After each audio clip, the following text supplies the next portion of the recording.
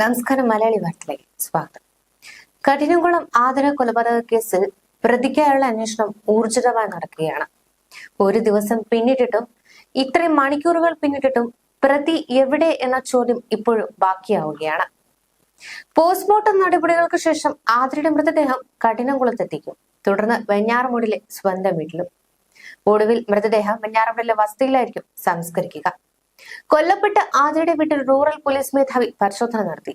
പ്രതിയെന്ന് സംശയിക്കുന്ന ഇൻസ്റ്റാഗ്രാം സുഹൃത്ത് വാടകയ്ക്ക് താമസിച്ച വീട് ഇന്നായിരുന്നു പോലീസ് കണ്ടെത്തിയത്. ഈ വീട്ടിലും ഇന്ന് പരിശോധന നടത്തും. തിങ്കളാഴ്ച വൈകുന്നേരമായിരുന്നു ഇവിടെ നിന്ന് ഇയാൾ പുറത്തേക്ക് പോയത്. പിന്നീട് ഇയാൾ മടങ്ങി എത്തിയിട്ടില്ല എന്നാണ് ഈ വാടക വീടിന് സമീപത്തുള്ളവർ പറയുന്നത്. വീട് വാടകയ്ക്ക് എടുത്തിട്ട് കുറച്ചു ദിവസങ്ങളെ ആയിട്ടുള്ളൂ എന്നാണ് വിവരം. 4 സംഘങ്ങളെ തിരിഞ്ഞാണ് പ്രതിക്കായി പോലീസ് അന്വേഷണം നടത്തുന്നത്.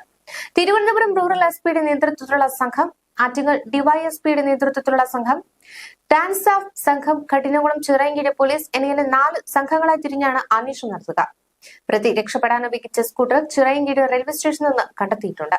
ഇയാൾ കൊല്ലപ്പെട്ട യുവതിയുടെ സ്കൂട്ടറിലായിരുന്നു രക്ഷപ്പെട്ടത്. കൊല നടത്തിയതിനു ശേഷം പ്രതി സ്കൂട്ടറിൽ റെയിൽവേ സ്റ്റേഷനിലെത്തി ട്രെയിനിൽ രക്ഷപ്പെട്ടു എന്നാണ് പോലീസിന്റെ പ്രാഥമിക നിഗമനം.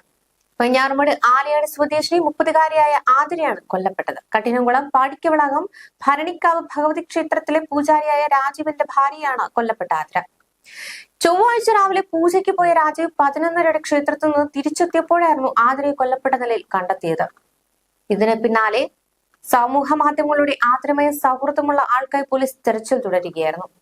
സമൂഹ മാധ്യമത്തിലൂടെ ദീർഘനാളായി ആതിരയുമായി അടുപ്പമുണ്ടായിരുന്ന യുവാവ് ആതിരയെ വധിക്കണമെന്ന ഉദ്ദേശത്തോടെ തന്നെയാണ് വാടകയ്ക്ക് താമസം ആരംഭിച്ചത്. ഭർത്താവിനെയും മകനെയും ഉപേക്ഷിച്ച് തനിക്കൊപ്പം വരാൻ ഇയാൾ ആതിരയോട് പലതവണ ആവശ്യപ്പെട്ടിരുന്നു. ഇത് ആതിര നിരസിച്ചതിന്റെ പകയാകാം കൊലപാതകത്തിന് കാരണമായതെന്നാണ് പോലീസ് പറയുന്നത്. തനിക്ക് നേരെ ഉണ്ടായ വധഭീഷണി പുറത്തു പറഞ്ഞാൽ ജീവനൊടുക്കുമെന്ന് ആതിര പറഞ്ഞതിനാലാണ് നേരത്തെ ആരെയും അറിയിക്കാത്തതെന്ന് ഭർത്താവ് രാജീവും വ്യക്തമാക്കി. ആതിര കൂടുതൽ സമയം സമൂഹ മാധ്യമത്തിൽ ചെലവഴിക്കുന്നത് പലതവണ വിലക്കിയിട്ടുണ്ടെന്ന് രാജീവ് പോലീസിന് നൽകിയ മൊഴിയിൽ പറയുന്നുണ്ട്. എന്നാൽ വിലക്ക് അവഗണിച്ച് ആതിര സമൂഹ മാധ്യമങ്ങളിൽ സജീവമായിരുന്നു എന്നാണ് സൂചന.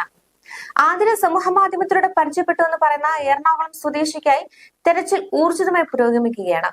പ്രതി ഉപയോഗിച്ച സ്കൂട്ടർ ചിറയൻകീഴ് റെയിൽവേ സ്റ്റേഷൻ സമീപത്താണ് കണ്ടെത്തിയത്. പ്രതി ട്രെയിനിൽ കയറി സ്ഥലം വിട്ടു എന്നാണ് നിഗമനം. 4 സംഘങ്ങളായി തിരിഞ്ഞിട്ടാണ് ഇപ്പോൾ അന്വേഷണം പുരോഗമിക്കുന്നത്. ആലയാട് സ്വദേശികളായ കുട്ടപ്പന്റെയും അമ്ലിയുടെയും മകൾ ആതിരയെ 8 വർഷം മുൻപായിരുന്നു വിവാഹം കഴിച്ചത്.